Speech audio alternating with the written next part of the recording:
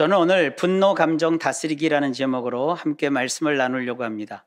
이 분노라고 하는 것은요, 우리 속에서 계속해서 부글부글 끓으면서 흐르고 있는 용암과 같습니다. 용암이 뻥 하고 터지면 그것이 화산이잖아요. 그것처럼 어떤 계기에 의해서 우리 속에 감정적으로 어떤 억압이 이렇게 생기면요, 펑 하고 이 분노 감정이 터져 올라요. 그걸 우리는 화가 났다 이렇게 표현하는 거예요.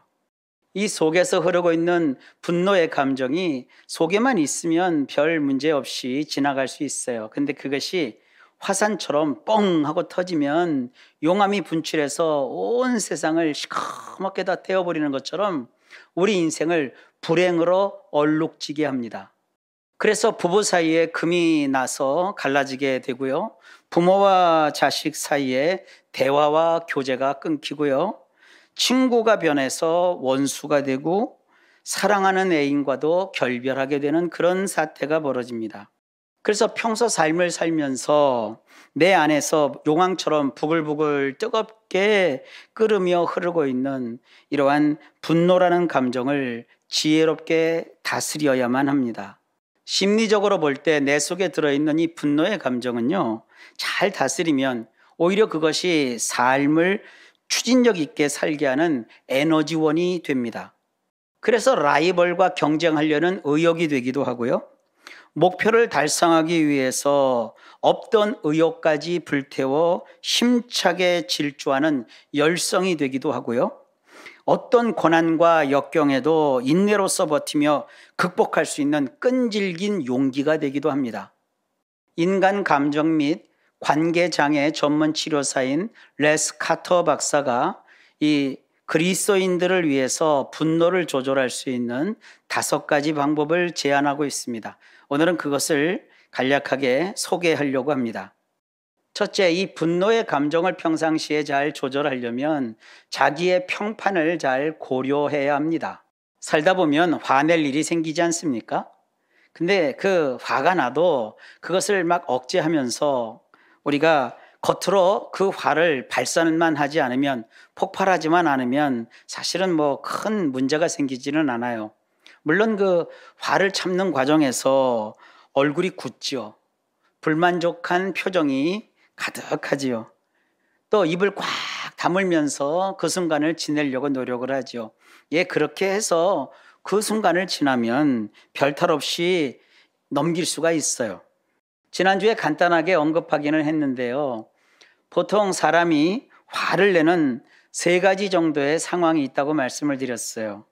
뭐 남을 질책할 때, 혹은 일이 잘 안 풀릴 때, 나의 요구에 상대방이 제대로 반응하지 않을 때 우리는 막 화를 낸다 그랬어요. 우리가 일상에서 부부가 함께 생활을 하고 또 사랑하는 자녀들을 키우고 또 직장이나 일터에서 일하고 또 식당이나 어떤 모임에 가서 여러 사람들이 모이는 곳에 갔을 때, 또 버스나 전철, 대중교통을 이용할 때, 병원이나 어떤 기관을 방문했을 때 무슨 계기로 남을 꾸짖거나 나무라는 순간이 생길 수가 있거든요. 우리가 누군가에게 안 좋은 소리를 할 때가 있지 않습니까? 내가 이렇게 봤을 때 그 사람이 좀 마음에 안 드는 짓을 좀 해요. 지금 하고 있는 그 일이 좀 잘못된 길이에요. 그래서 상대방에게 그것은 잘못됐다, 좀 이렇게 고쳐라, 뭐 이런 식으로 얘기를 합니다.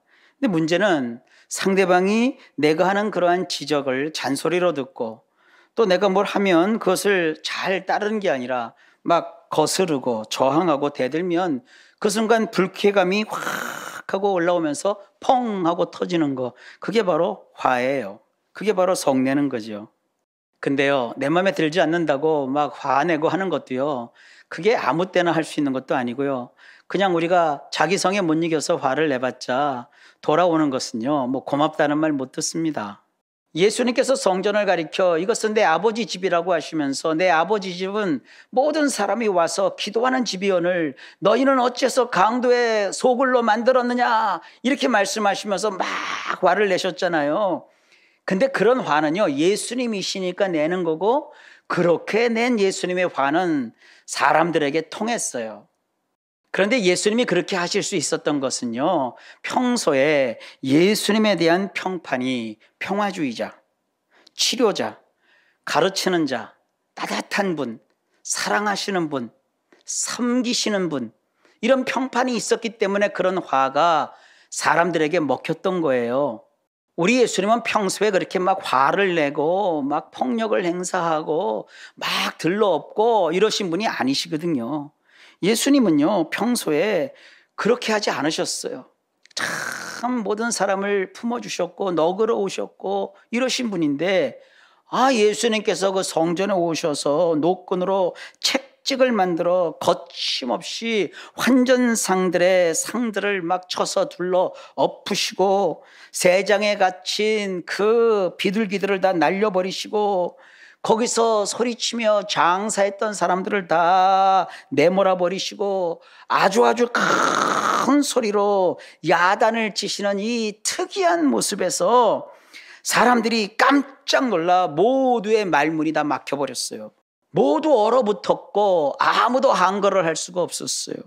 평소에 그토록 조용하시고 온화하시던 예수님이 그렇게 심하게 분노하시면서 과격한 행동을 하시는 것에는 분명한 이유가 있을 것이라고 사람들이 다 생각을 했다는 거예요. 평상시 화내고 성질 부리는 것이 습관인 사람은요, 이렇게 그 사람이 다가오면 사람들이 그가 뭐라고 하기도 전에 다 슬슬 그 자리를 피합니다. 그런데 아주 경건하고 인자하고 평화롭고 차분하고 인격적인 사람이 화를 내면 그 이유가 궁금해져요. 그 이유를 알고 나면은요, 그다음부터 그 주변 분들이요, 그 사람을 화나게 하지 않도록 조심조심합니다. 이런 분노라면 의미가 있고 유효한 분노이죠.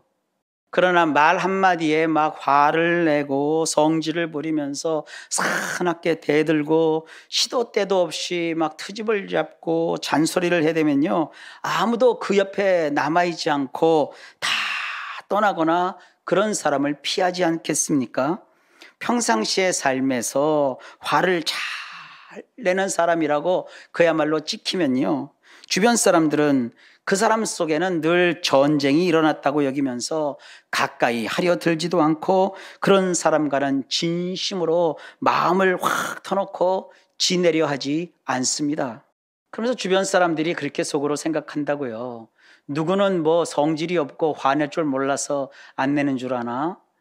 다 서로 잘 지내보자고 충돌을 피하려고 참고 그리고 이렇게 다 못 본 척하고 지나가 주는 것이지, 저 사람이 뭔데 저렇게 스스로 막 화를 내고 나대는지 참 이해가 안 돼, 이러고 지나간다고요. 우리가 예수님이 아닌 이상해야 화를 낸다고 해결될 것은 없습니다. 오히려 성질 부리면 그 사람이 지는 거예요. 화를 잘 내면요, 자기 꼴만 사실 우스워집니다. 뻑하면 화를 잘 내는 사람이라고 찍히면요, 정말이지 많은 무리와 함께 있으면서도 스스로 외톨배기가 돼요. 그야말로 무리 속에 고독한 자가 되는 거예요. 화 잘 내는 사람과 누가 가깝게 지내겠습니까? 사람이 살다 보면요, 화를 낼 수도 있죠. 그리고 나는 화도 잘 참으면서 그 순간을 아무 일 없이 편안하게 지나가게 할 수도 있습니다. 화를 내고 안 내고는 그 사람의 자유입니다. 그러나 화가 치밀어 올라서 터지려고 할 때 이러한 생각을 하는 것이 지혜입니다. 나도 얼마든지 화를 낼 수 있다. 그런데 내가 화를 내면 나의 평판이 어떻게 될까? 내 아내, 나의 자녀, 나의 친구, 나의 부모, 나의 동료의 눈에 나는 어떤 사람이 될까? 이걸 생각해 보셔야 합니다. 주님을 모르는 사람이야, 뭐 상대방이 뭐라고 하든 내가 무슨 상관이야, 나는 내 마음대로 살 거야, 이럴 수도 있지만 우리는 예수님을 믿는 그리스도인으로서 갖춰야 될 품성이라는 것이 있거든요. 성경에 이렇게 말하고 있습니다. 범사에 헤아려 좋은 것을 취하고 악은 어떤 모양이라도 버리라 그랬어요. 범사라는 게 뭡니까? 모든 일입니다. 모든 일에 있어서 내 감정과 기분으로 사는 것이 아니라 헤아려 가지고는 그것에서 좋은 것만 취하는 거예요. 그리고 어떤 경우라도 악한 모습은요, 모양이라도 흉내내지 말고 버리라고 성경이 말하고 있습니다. 이렇게 사는 것이 하나님을 믿고 또 천국 백성으로 거듭난 그리스도인으로 세상을 살아가는 우리의 삶의 모습이고 자세입니다. 아유, 저 사람은 성질부터 부려, 저 사람은 뭔 말하려고 하면 화부터 내, 얼마나 성질을 피는지 몰라. 여러분, 이런 평판을 얻으면요, 얻을 것도 못 얻어요. 우리는요, 공정해, 저 사람은 참 온유해, 사려가 깊어, 이런 평판을 얻을 필요가 있어요. 우리가 좋은 평판을 얻기 위해서 노력하는 것은 그건 위선적인 행동이 아니에요. 자기가 성숙한, 어른스러운 그런 모습이거든요. 우리가 좋은 평판을 얻으려면 뭐 특별히 힘쓸 것보다도 평상시에 남의 말을 잘 들어주기만 해도 좋은 평판을 얻을 수 있습니다. 함부로 남을 비판하지 않고, 그가 없을 때 비난하거나 그를 비꼬아서 얘기하지 않고, 그리고 사람들을 대할 때 무례하게 굴지 않으면 얼마든지 그런 좋은 평판을 사람들에게 얻을 수 있습니다. 그래야만 우리는 신망이 높은 인물로 주변 사람들이 다 인정하게 되는 거예요. 이것을 좀 쉽게 말하면 이런 겁니다. 자녀들이 나를 접근하기 쉬운 엄마로 보는가, 아니면 잔소리꾼으로 보는가. 나는 내 마음으로 내 자녀들을 사랑하고 아끼고 그리고 정성을 다해서 돌봐준다고 하면서 혹 성가실 정도로 줄곧 잔소리를 해대고 그들을 쥐잡듯 하고 있지는 않는가, 한번 우리 자신을 돌아볼 필요가 있습니다. 부모가 자녀를 키우면서도요, 그 사랑하는 자녀들에게 화를 내는 포인트는 이런 거예요. 자녀들이 참 부모들 눈에서 볼 때는 안 착한 자녀가 어디 있습니까? 다 착하고 귀하고 예쁘죠. 하지만 엄청 어질러 놓고 잘 치우지 않는 편일 경우 그 애들 뒤를 일일이 쫓아다니면서 틀어 놓은 것을 집어들고 다른 걸 더 어질러 놓기 전에 이게 뭐냐고 막 재촉해 대면서 깨끗이 치우라고 하면 그것이 잔소리죠. 이런 잔소리를 계속 하다 보면 자녀들이 어렸을 때는 말을 들어도요, 조금 크면요, 말다툼을 부모와 해요. 이런 것이 계속 반복되다 보면요, 이런 것이 만성이 됩니다. 그러면서 자녀들은 자기를 고치려기보다는 아유, 우리 엄마나 우리 아빠는 원래 저래. 원래 우리 아빠는 막 그렇게 맨날 성질이나 부리고 혼이나 내키고 엄마는 맨날 잔소리만 해. 이렇게 부모를 생각한다고요. 이런 걸 우리는 평판이라고 하는 거예요. 가정에서요, 특히 부모가 좋은 평판을 얻으려면 자녀들과 솔직한 대화를 나누는 것이 아주 중요합니다. 서로와의 관계가 극단에 치닫지 않았다면 더 늦기 전에 실제로는 엄마나 아빠가 잔소리꾼이 아니라는 것을 자녀들에게 잘 대화를 통해서 납득시켜야 합니다. 절대로 세월이 지난다고 해서 어린 자녀가 철이 들면서 부모와 자녀의 그 나쁜 관계가 치료되거나 그러지 않습니다. 이를 위해 여러분 한가한 때 따로 시간을 내서 주말 같은 때가 좋죠. 혹은 아이들이 할 일을 다 마치고 조금 여유가 있을 때 며칠 정도 날을 잡아가지고요, 진지하게 자녀와 대화하는 것이 필요합니다. 부모들이요, 자녀와 함께 생활할 때 자기 마음을 이렇게 턱 터놓고 얘기를 잘 안 하시는 것 같더라고요. 그저 일방적으로 지시하고 지적하고, 자녀가 또 말을 안 들으면 막 화내고 고치라고 하고, 또 자녀가 반발하면 이것이 내가 말이지 널 미워서 그러는 게 아니야, 너를 위해서 그러는 거야, 너를 사랑해서 그러는 거야. 여러분, 화를 내는데 자녀가 받을 때 그거를 자기를 사랑한다고 느끼는 그런 바보 맹추가 어디 있겠어요. 자녀들이 얼마나 영특한데요. 부모가 자녀에게 솔직하게 다가가서 얘기를 하면요, 자녀들은요 다 그걸 알아들어요. 내 부모도 나와 대화가 된다, 이렇게 자녀가 느낄 수 있도록 부모가 먼저 마음을 열어야 되잖아요. 실제로 보면은요, 자녀가 먼저 부모를 향해서 마음의 문을 닫는 법은 없어요. 부모가 먼저 마음의 문을 닫더라고요. 그러니까 자녀가 그 마음의 문을 열어서 부모와 함께 할 수 있도록 먼저 부모가 자녀에게 이런 겸손한 마음을 보여줘야 돼요. 이 순수한 마음을 자녀가 알 수 있도록 해줘야 돼요. 그게 솔직한 대화입니다. 때를 놓치지 마시고 서둘러서 자녀와 대화하십시오. 그래서 서로 웃고 감정을 나누고 문제가 생겼을 때 문제를 놓고 함께 기도하면서 풀어나갈 수 있는 이런 모습이 있어야 합니다. 이렇게 우리 마음속에서 분노의 감정이 올라올 때 우리는 내가 화를 냈을 경우 나의 평판이 어떻게 될까, 이걸 한 번쯤은 고려하셔야 합니다. 이거 고려치 않고 내 기분 내키는 대로 막 화를 질러대면 어느 순간 나는 외톨뱅이가 될 겁니다. 아무도 나와 함께하지 않을 겁니다. 사람 내 마음이 다쳤다고 투덜대기 전에 내가 내 마음부터 열고 나 자신을 돌아보는 것이 우선되어야 합니다.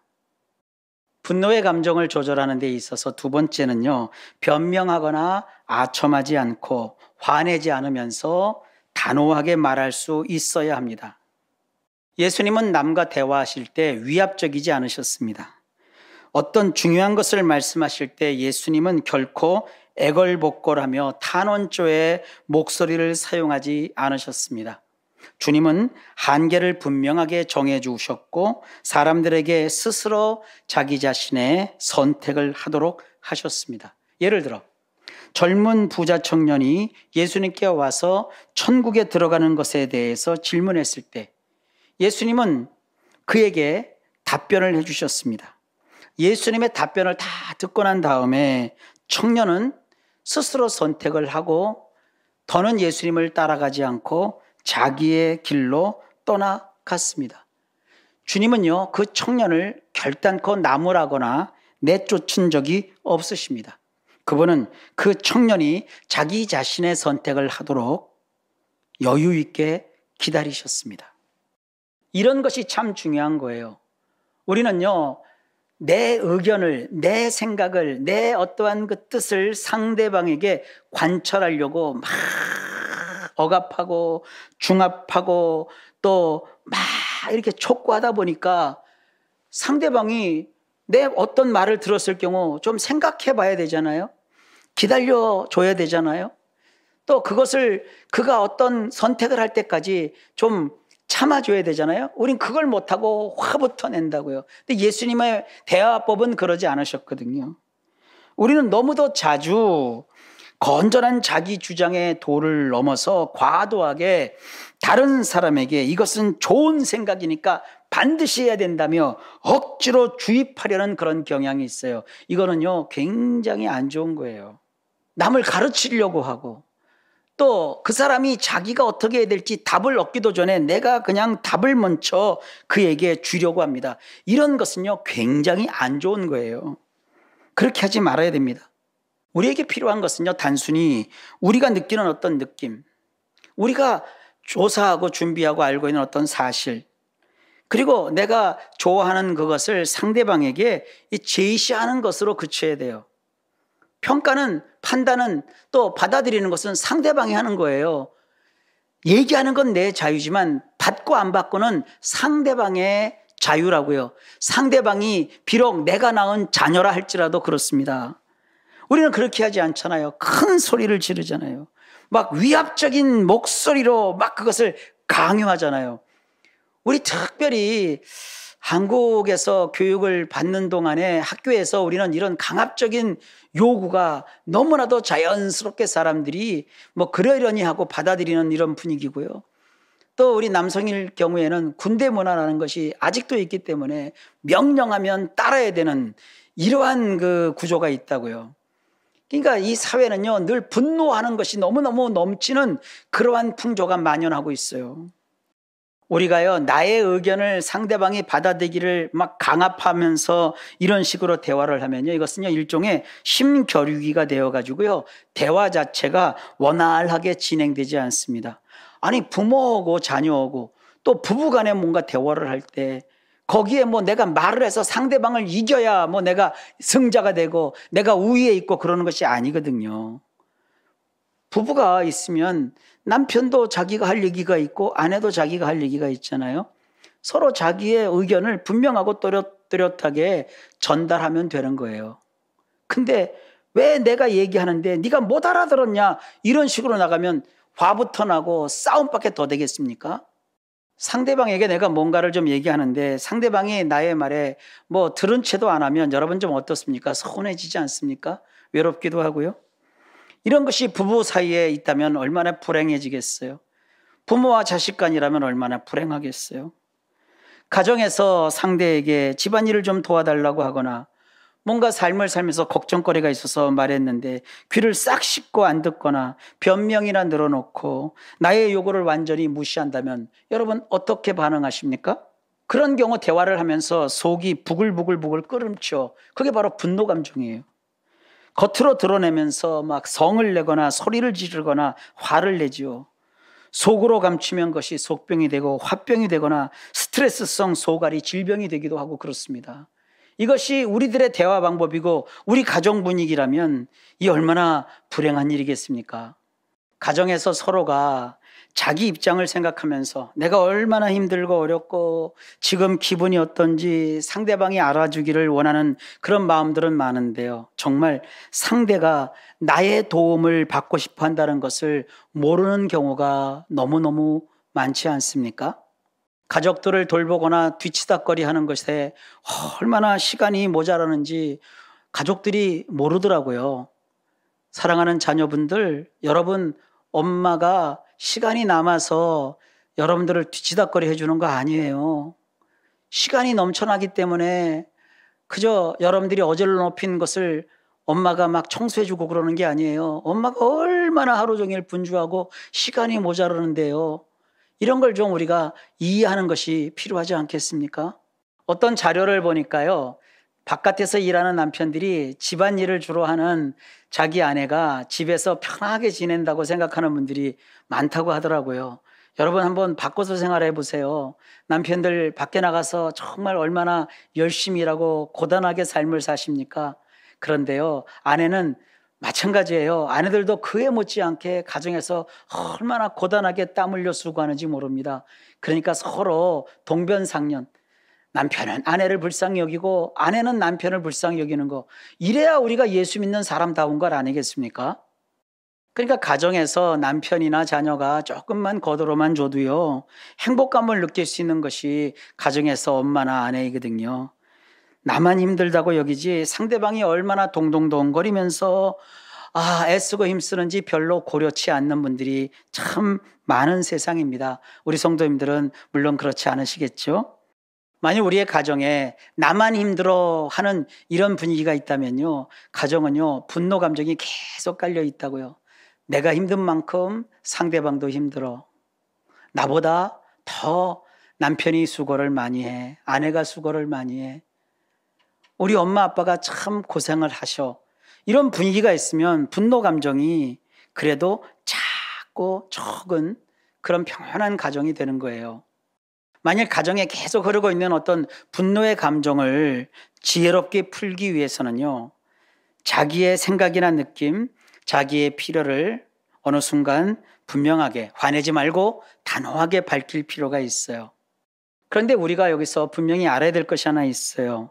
어떠한 나의 생각이나 느낌을 단호하게 이야기한다고 해서 내가 이야기했기 때문에 상대방이 그 말을 꼭 따라야 된다, 이런 의무는 또 없는 거예요. 사람마다 세상을 보는 저마다의 관점이 다 있게 마련이거든요. 가정 안에서도 마찬가지고요. 어떤 사람에게는 아주 완벽한 논리로 여겨지는 것이 다른 사람에게는 아주 우스워 보일 수가 있어요.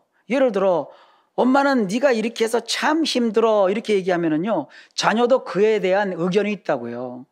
그냥 내가 힘들어, 너가 이렇게 해줬으면 좋겠어, 거기까지만 하는 거죠, 단호하게. 그러나 내가 이렇게 힘드니까 이제부터 내 솔직한 마음을 너에게 얘기했으니까 너는 이제 나를 분명히 알고 내 뜻대로 해줘. 이건 또 다른 강요거든요. 그렇게 해서는 안 된다는 거예요. 그냥 내 안에 이런 느낌이고 이런 마음이고 이렇게 힘들다는 것을 한 번쯤은 단호하게 분명하게 표현할 필요가 있다는 거죠. 이렇게 표현하고 사는 거와 표현하지 않고 사는 거는요, 이 분노 감정의 차이가 달라요. 내가 이렇게 막 수고하고 힘쓰고 애쓰는 것을 언젠가는 상대방이 알아주겠지 하고 이렇게 막연하게 기다리는 것보다는요, 분명하게 내 뜻을 밝히는 것이 훨씬 낫습니다.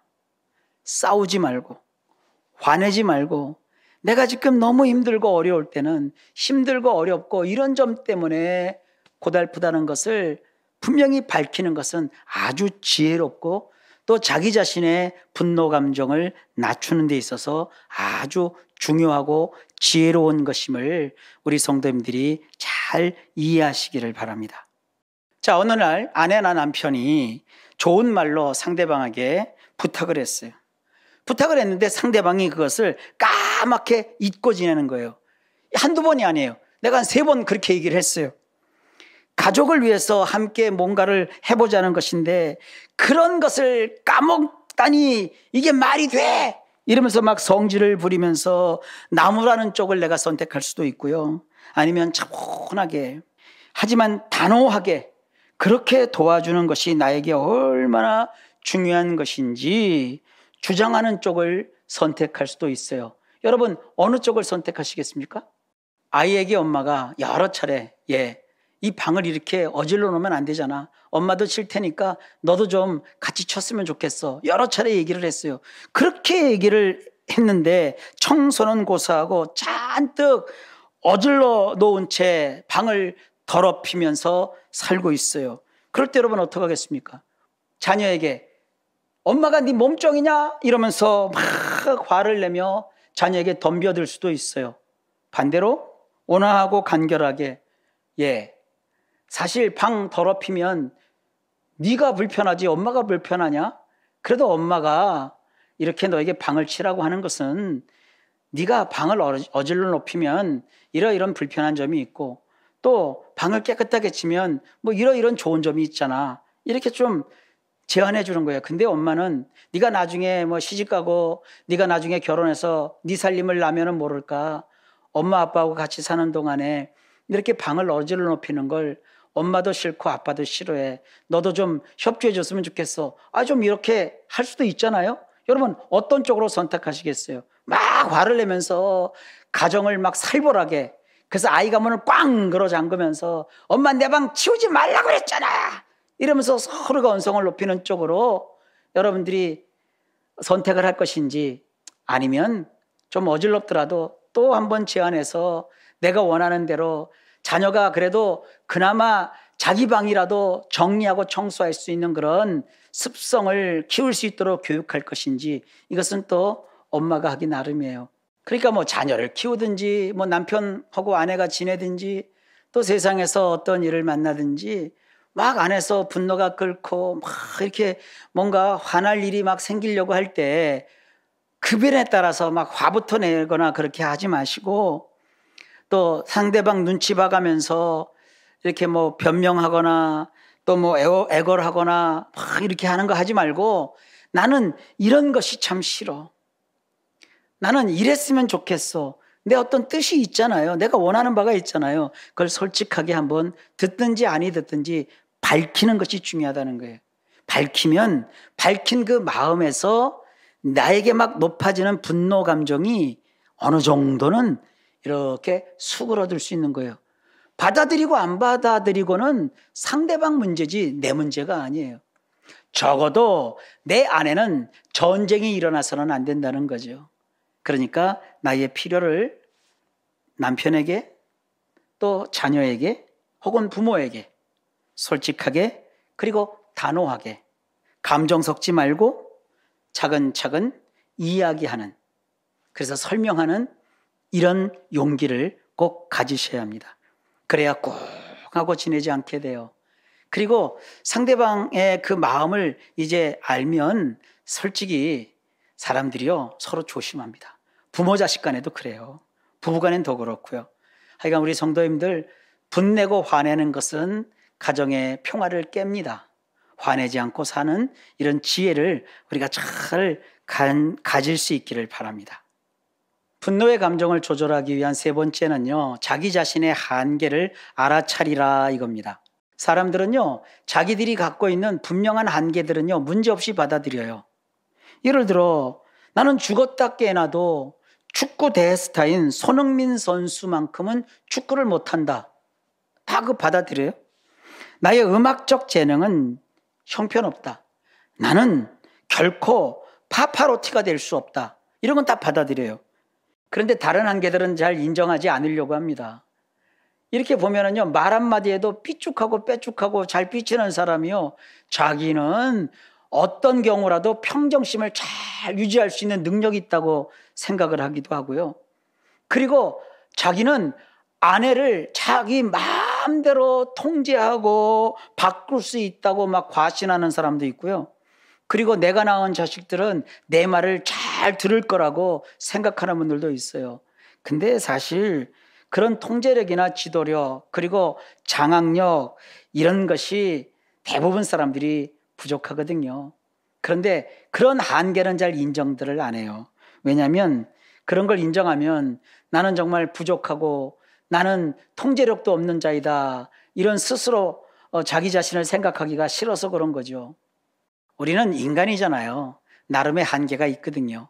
근데 자기 자신의 한계를 인정하지 않고 한계를 무시해서 이렇게 막 분에 넘치게 행동하게 되면은요, 굉장히 힘들어지고 화나는 일도 많이 생겨요. 그러니까 우리 자신의 한계를 인정한다면 분개하는 것이나 내적으로 막 절제하지 못하고 흥분하는 것이나 이런 것에 대해서 상당히 홀가분해질 수 있어요. 한계를 알면 그 방법을 그냥 포기해버리면 되는 거거든요. 근데 포기하는 것이 싫은 거죠. 스스로 막 바둥거리며 틀린 것을 바로잡아 보려고 애쓰지 않잖아요. 그러면 화날 일도 없는 것이죠. 우리는 예수 믿는 사람들이잖아요. 인생을 살면서 내가 할 수 없는 어떤 한계를 딱 우리가 만나면 그때 우리는 어떡합니까? 성령님께 그 역할을 좀 맡아달라고, 대신해달라고 우리가 맡기면 되는 거예요. 이렇게 보면은요, 모든 사람은요, 자기가 가진 한계에 대해서 다 똑같은 욕구를 가지고 갈등을 해요. 이게 무슨 말이냐면은요, 우리는 죄된 본성을 가졌잖아요. 근데 이 죄된 본성 속에는 자기가 가진 한계를요, 내가 쥐락펴락 할 수 있는 그러한 능력을 가지고 있다고 생각하게 돼요. 그러니까 할 수 없는 건데 내가 할 수 있다고 덤비니까, 할 수 없는 건데 내가 할 수 있다고 막 나서니까 거기에서 더 절망하게 되고 허우적거리며 거기서 더 좌절하게 되고, 그러니까 화가 나는 거예요. 우리의 목적지는 저 천국 아닙니까? 천국에 이를 때까지 우리 가운데 아무도 완전히 이를 자가 없어요. 그러니까 이 땅 살면서 누구나 다 한계가 있다고요. 중요한 것은 그 한계를 인정하는 겁니다. 그 한계를 인정하지 않고 내가 해결하고 내가 할 수 있고 내가 바꿀 수 있고 이런 식으로 하다 보면 거기서 자꾸 부닥치고 넘어지고 쓰러지고 불쾌감이 생기고 분노의 감정이 부글부글 끓고 화가 터져 올라옵니다. 비록 내가 낳은 자녀도 내 손대로 할 수 없고요. 함께 사는 남편도 아내도 내 마음대로 할 수가 없어요. 그래서 우리가 할 수 있는 것은 뭡니까? 하나님께 맡기는 거죠. 의지하는 거죠. 이렇게 주님께 맡기면서 우리의 분노의 감정을 더 낮출 수가 있는 겁니다. 우리의 분노를 조절하기 위한 네 번째 제어는 선동을 일으킬 수 있는 질문을 피하는 것입니다. 우리 인간에게는요, 공정한 경기 규칙을 지켜서 뭔가를 하기보다는요, 먼저 화를 이용해서 남보다 우위를 차지하고 싶어 하는 그런 내면의 심리가 있어요. 그래서 화를 내고 막 큰 소리를 치우면 상대방을 막 제압하고 내가 그보다 위에 있는 것처럼 여길 수 있어요. 근데 심리적으로요, 사람이 화를 내면 밀려오는 것은 승리감이 아니에요. 자포자기입니다. 사람이 화가 나면은요, 질문을 많이 한대요. 그러니까 정보를 얻기 위해서 우리가 질문을 하잖아요. 근데 화가 나서 하는 질문은 정보를 얻기 위해서 질문하는 것이 아니라 다른 목적이 있는 거죠. 공세를 펼치기 위해서 질문을 하는 거예요. 예를 들면 이런 거예요. 가정에서 자녀에게 부모가 말합니다. 내 방이 지저분하니까 청소를 좀 해라. 그런데 이 자녀가요, 청소를 할 것 같습니까? 자녀가 빈둥거리고 있어요. 그때 선동을 야기하는 질문을 부모가 해요. 딱 15분 전에 내가 너에게 뭘 해야 된다고 말했지? 이렇게 물어봐요. 자, 이런 것도 있어요. 부부가 주초에 서로 약속을 하는 거예요. 여보, 우리 이번에 시험 이번 주간 끝나거든. 시험 끝나면 우리 주말에 함께 토요일 날 가서 식사도 하고 영화 한 편 보고 들어오자. 어때? 남편이 동의합니다. 그래, 우리 이번 주 토요일 날 같이 가서 같이 식사도 좀 하고 영화도 한 편 보고 오자. 네, 토요일 아침이 됐어요. 남편이 아침에 일어나 갖고는 뭐 주섬주섬 뭘 챙기더니 등산복을 입고 나가려고 하는 거예요. 아내가 가로막습니다. 아, 여보 지금 어디 가? 등산 가? 오늘 회사 사람들하고 등산하기로 했는데. 아니 여보 잊었어? 뭘? 아니 월요일에 당신하고 약속을 했잖아. 우리 애 이번에 시험 끝났잖아. 끝나면 오늘 가서 식사 같이 하기로 하고 영화도 한 편 보기로 했잖아. 애가 좋아서 지금 애도 기다리고 있고 기대하고 있는데 당신 그거 몰랐어? 얘기를 좀 했어야지. 왜 안 그랬어? 뭐 이런 거죠. 이런 분위기가 가정에 있으면 거기에 흐르는 게 뭐예요? 말다툼, 싸움, 무관심 막 그런 거 아니겠습니까? 자, 아이가 됐던 또 남편이 됐던 물론 청소 안 한 아이도 잘못이고 약속을 잊은 남편도 잘못인데 그런 것을 해결할 수가 없잖아요. 그래 아이한테 야 엄마가 15분 전에 얘기한 것도 까먹었니? 너 도대체 바보야 멍청이야 뭐야 엄마 말을 무시해? 이런 질문보다 아니 엄마가 이렇게 아까 얘기했는데도 네가 청소하기 싫은 이유가 뭐야? 엄마가 좀 알려줘봐. 이렇게 물어볼 수도 있잖아요. 이런 그 선동하지 않는 질문이 있잖아요.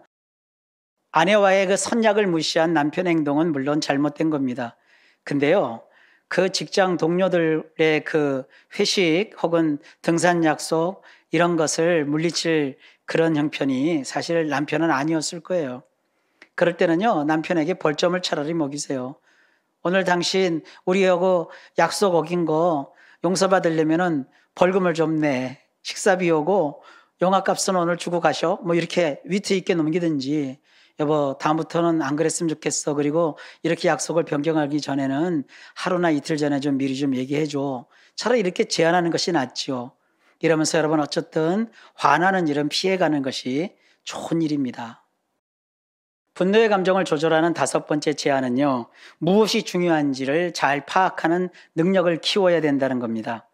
살면서 혹시 별것도 아닌데 크게 문제를 삼았던 그런 적이 있습니까? 째째하게 별것도 아닌 일에 막 성을 부리고 그리고 막 그것을 중요하게 뭐 여겨서 목숨 걸듯이 달려붙고 하는 그런 심포를요. 밴댕이 쏘갈닥지라고 시쳇말로 얘기하거든요. 근데 인간은요. 사소한 것에 목숨을 거는 존재입니다. 그 사소한 일들이 그보다 더 큰 그림 속에 들어있는 아주 작은 부분이라는 것을 생각하지 못하고 사는 것이 우리 인간의 부족함입니다. 아이들이 밖에 나갔다 들어와서 그냥 옷을 아무렇게나 벗어 던지거나 남편이 빨래통에 이렇게 양말을 집어넣는 것까지는 좋은데 다 그냥 뒤집어서 그냥 집어넣는 그렇게 얘기를 해도 말 안 듣고 뒤집어 놓는 그런 일들. 손톱을 좀 정한 장소에다가 이렇게 크게 뭐 신문지 같은 거 좀 펴놓고 잘 깎고 나서 모아갖고 버리면 좋은데 그냥 아무데나 손톱 탁탁탁탁탁 발톱 탁탁탁탁 깎아갖고는 막 해지 펴놓고 이런 것들 이게 참 사실은 사소한 일인데 그런 사소한 일들 때문에 사람들이 고쳐지지 않는다고 괴로워하고 힘들어하고 그런 일들이 일상에서 참 다반사로 이루어져요. 사소한 것과 중요한 것에 대해서 이렇게 얘기하면 좀 이해가 되실 거예요. 엄마가 자녀에게 야, 네 방 들어오. 이 방을 좀 네 방이니까 네가 좀 치워. 이제 엄마도 더는 못 치워. 네가 치워. 근데 자식이 알았어. 내 방이니까 내가 치울게. 방 청소를 하든 아니 싫어. 내 방인데 엄마 나는 내 방 청소 지금 할 필요가 없어서 안 해. 이것도 사소한 거예요. 하든 안 하든 그것은 사소한 거예요. 근데 이것은 중요한 문제예요. 엄마가 뭔데 나더러 방 청소를 하라고 하고 하지 말라고 하는 거야. 엄마는 저리 가. 이거는 아주 심각한 얘기입니다. 부모를 거역하는 반항이고요. 여기서는 심각한 도덕적 문제가 있는 겁니다. 이럴 때는 어떻게 해야 되느냐? 뭐 그것은 설교 시간에 할 얘기는 아니죠. 이건 굉장히 중요한 문제입니다. 분노의 처리에 있어서 이 사소한 것은요. 하다가 안 되면 그냥 건너뛰고 무시하고 지나가 버리면 그냥 그만이에요. 잊어버리면 돼요. 그냥 청소하기 싫으면 그다음부터는 엄마가 거기 뭐 잔소리할 필요도 없고요. 무관심하게 지나가면 되는 그런 사소한 일이에요. 하지만 엄마의 권위에 도전하는 것은 분노 이외에 또 다른 교육적인 차원에서 다뤄야 될 일입니다. 이것은 우리가 지금 다룰 수 있는 것은 아니고요. 분노에 있어서 이겁니다. 딱 봤을 때 사소한 것이면 화나고 또 성질 피워서 해결할 것이 아니라 거기서는 화내지 말고 무시하거나 지나가야 된다는 얘기예요.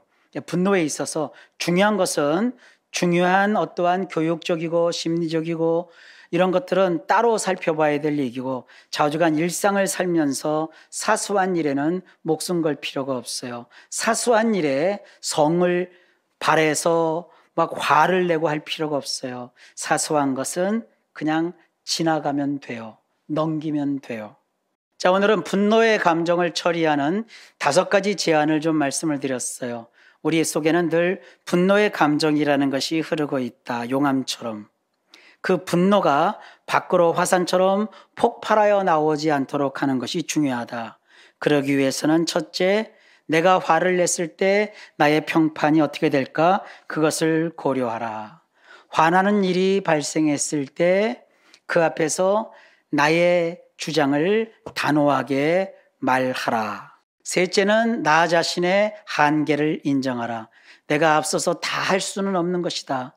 내가 할 수 없는 것을 붙들고 할 수 없다고 막 화나고 성내고 그럴 필요가 없다. 할 수 없는 것에서는 내가 할 수 없다고 솔직하게 인정하여 나의 한계를 알라. 네 번째로는 선동을 야기할 수 있는 화가 난다고 막 질문 공세를 펼치지 말아라. 5번째는 중요한 것과 사소한 것을 구별하라. 사소한 일에 목숨 걸지 말아라. 부모의 권위에 도전하는 그러한 중대한 일이 발생했을 때는 그것은 화내서 풀 일이 아니고 성질내서 풀 일이 아니라 교육적이고 또 신앙적으로 혹은 상담을 받으면서 따로 잘 풀어야 되는 또 다른 인생의 한 부분이다. 이렇게 말씀을 드렸습니다. 오늘 성경 말씀을 보면 우리 속에 흐르고 있는 이 분과 죄를 구분하고 있습니다. 인간 속에는요, 이 분노의 감정이 용암처럼 계속 부글부글거리며 흐르고 있습니다. 분이 있다는 것은 죄가 아닙니다. 그러나 그 분이 화산처럼 어떤 계기가 되어서 폭발하면 죄로 이어집니다. 성경은 말합니다. 분을 내어도 죄를 짓지 말고 또 분이 있더라도 해지도록 품을 품지 말아라고 했습니다. 이 분노의 감정은 우리가 품을 수도 있고 버릴 수도 있는 그러한 삶의 한 감성의 영역입니다. 사랑하는 성도 여러분, 분을 내어서 이룰 수 있는 일은 아무것도 없습니다. 오늘 5가지 분을 조절하는 법칙을 말씀을 드렸는데요. 잘 기억하셔서 우리가 정말 분내지 않고 이 세상을 지혜롭게 잘 살아갔으면 좋겠습니다. 우리 성도들의 가정이 화목하고 또 여러분 각자의 삶에 분 대신에 하나님 주시는 평화가 있고 그리고 이 분노의 감정을 잘 조절하셔서 사람 사이에 좋은 인간관계가 형성되고 여러분들이 평화의 사람으로서 좋은 평판을 얻어 하나님의 영광을 드러내는 이런 축복된 삶을 사시기를 간절히 예수님의 이름으로 축원합니다. 기도하겠습니다. 하나님 아버지 감사합니다. 우리 마음에 다 분노의 감정이 흐르고 있음을 알게 하심을 감사합니다. 이 분을 잘 관리하고 조절하도록 도와주옵소서. 예수님 이름으로 기도하옵나이다. 아멘.